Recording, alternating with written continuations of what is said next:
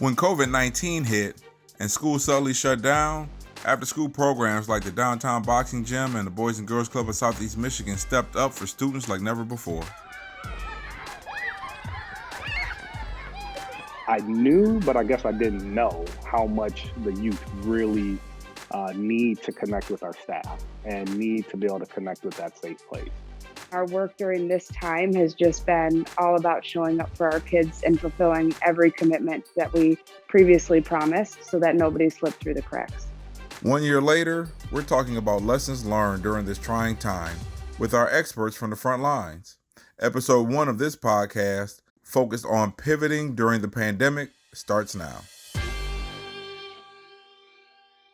Hello, I'm Terry Whitfield, a program officer for the Skillman Foundation. Since 1960, our foundation has been dedicated to the outcomes of Detroit's youth.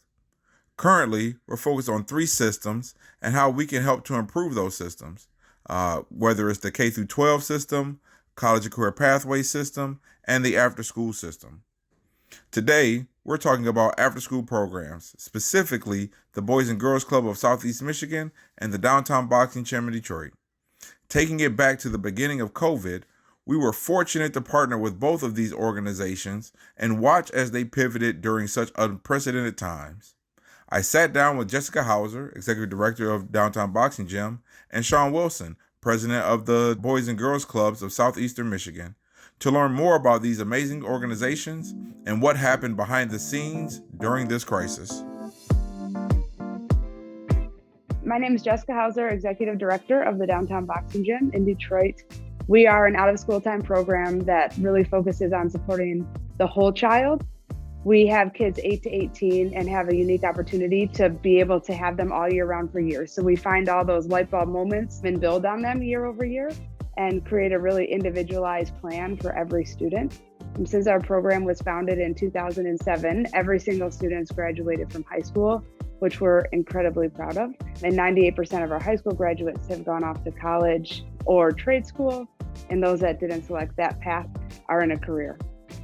Thank you, Jessica. And thank you for what you and Khalid and the whole team at Downtown Boxing Gym does for the young people that you service every day.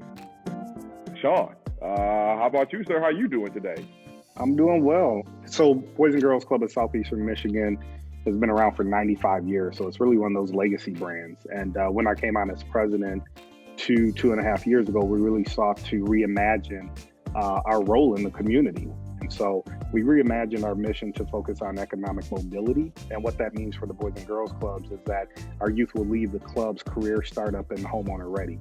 So career ready from a standpoint of they can earn a livable wage, startup ready, meaning they can start their own business, which effectively means they can create their own jobs, and then home ownership, because that's the backbone of wealth building in our country. And it's also how generations pass wealth between each other. Awesome. And I use the term awesome in the most literal sense of the term. Like, as a funder, as a foundation, we are only as strong or as effective as our partners that we have the blessing to be able to partner with. So just thank you both for being strong partners in the work. Jessica, from your perspective, how are the children? When you think about the young people, starting from March of 2020 until now, how are the kids doing that attend Downtown Boxing Gym? It's been a long year. There's definitely the psychological impact, the mental health impact that's happening for them throughout this year. I will say, based on what they've shared with us, is they just feel thankful to have been able to still come to a space for most of the last year, still be able to see other kids, feel supported, be able to navigate school, both from the kids and parents' perspective. There's just like deep concern about how kids were going to make it through this school year and then be ready for next year.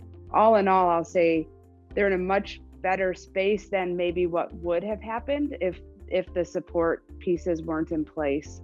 Sean, same question to you, not just in Detroit, but really from a regional perspective. How are the children doing right now? People always say that kids are resilient.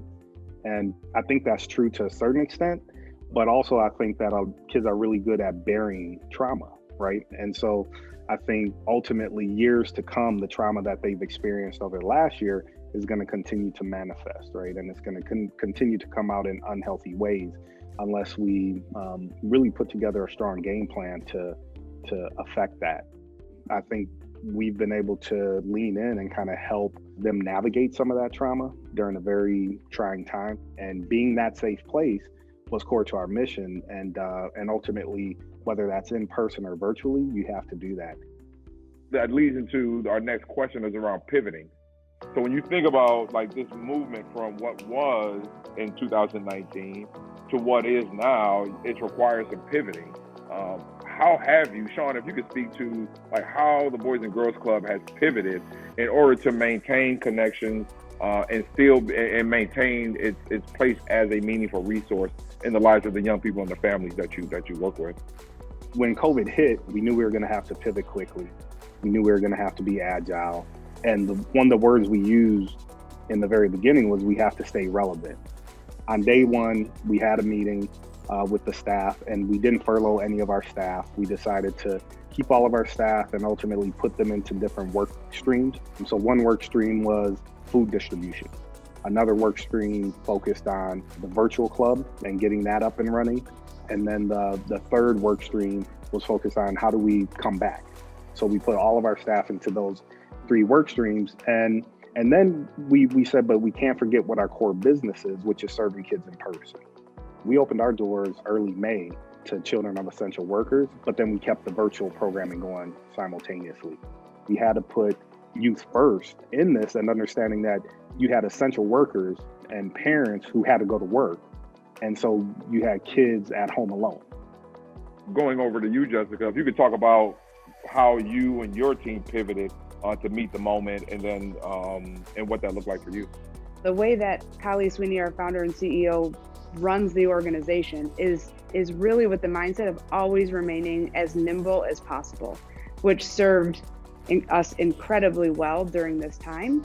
And we've also, since the beginning have functioned with this mindset. We need to always be raising dollars so we have reserves. I just want to say that because it's really a privilege to be at a place where we can talk about pivoting because we've gotten ourselves to that position. So the district closed on Friday. That following Monday, we had our virtual platform stood up. We didn't miss a day of programming. And we do have drivers and vehicles, so another amazing, asset. And that Monday, we dropped off technology, boxes of food. We just emptied all of our refrigerator, freezer cupboards. We don't normally step into the space of feeding the entire family, but we're doing it now.